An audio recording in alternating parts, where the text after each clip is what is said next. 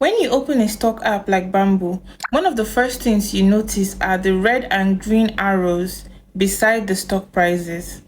Many beginners think that these arrows are telling them to buy or not to buy, but they're not.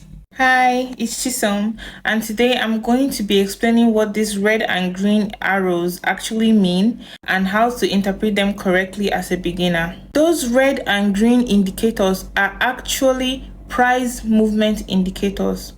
They show whether a share price has moved up or down compared to a previous specific reference point. That reference point is usually the previous trading day's closing price or the price at the start of the current day's session. So these indicators are actually just descriptive, not predictive. They only show you what has happened, not what will happen. Do you understand?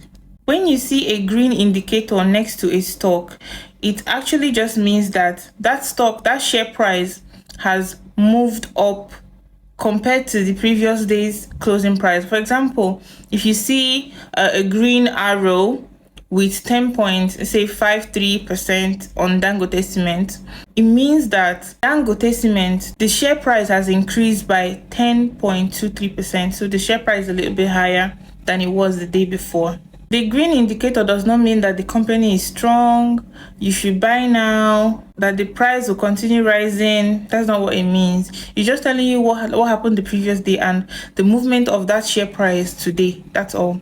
A red indicator is the actual opposite. When you see a red arrow with the percentage close to a share price or a stock, it means that the current trading day, it's trading at a lower price than the previous day. That's all.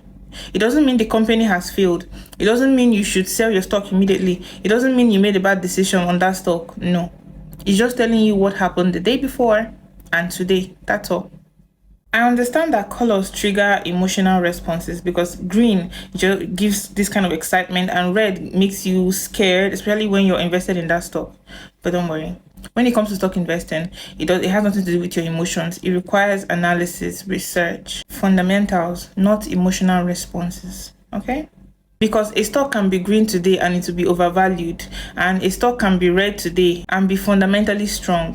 The reason I even made this video is because I got a lot of questions about those green and red arrows, so I figured why not just make a video about it and clear it up at once. Because without clarity like this, many beginners can go and buy a stock just because they saw green arrows next to it, and some will say, oh, they don't want to buy this stock just because it's red. I need to clear that up. Note that I'm not saying that you shouldn't buy a stock that has the green arrows or indicators next to it.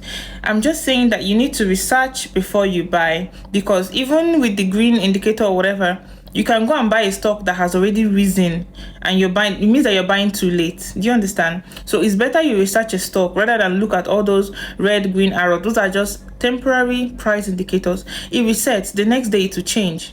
To tell you what is trading at the current day compared to the previous day. That's all. It doesn't tell you, oh, this stock is good or not.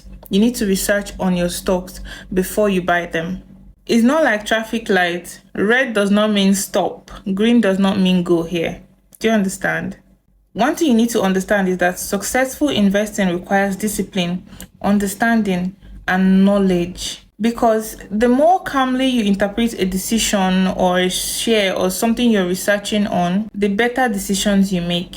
So I hope I've been able to clear this up, and any doubts you might have about or questions you might have about these red and green indicators you keep seeing next to your share prices, I hope that clears it up now. In our next video, I'll be explaining to you guys how IPOs work. IPOs mean initial public offerings. I'll be explaining that in my next video, so look forward to that. And as always, follow me, like, share to your friends who you think might need this, and I'll be seeing you in the next video. Bye bye.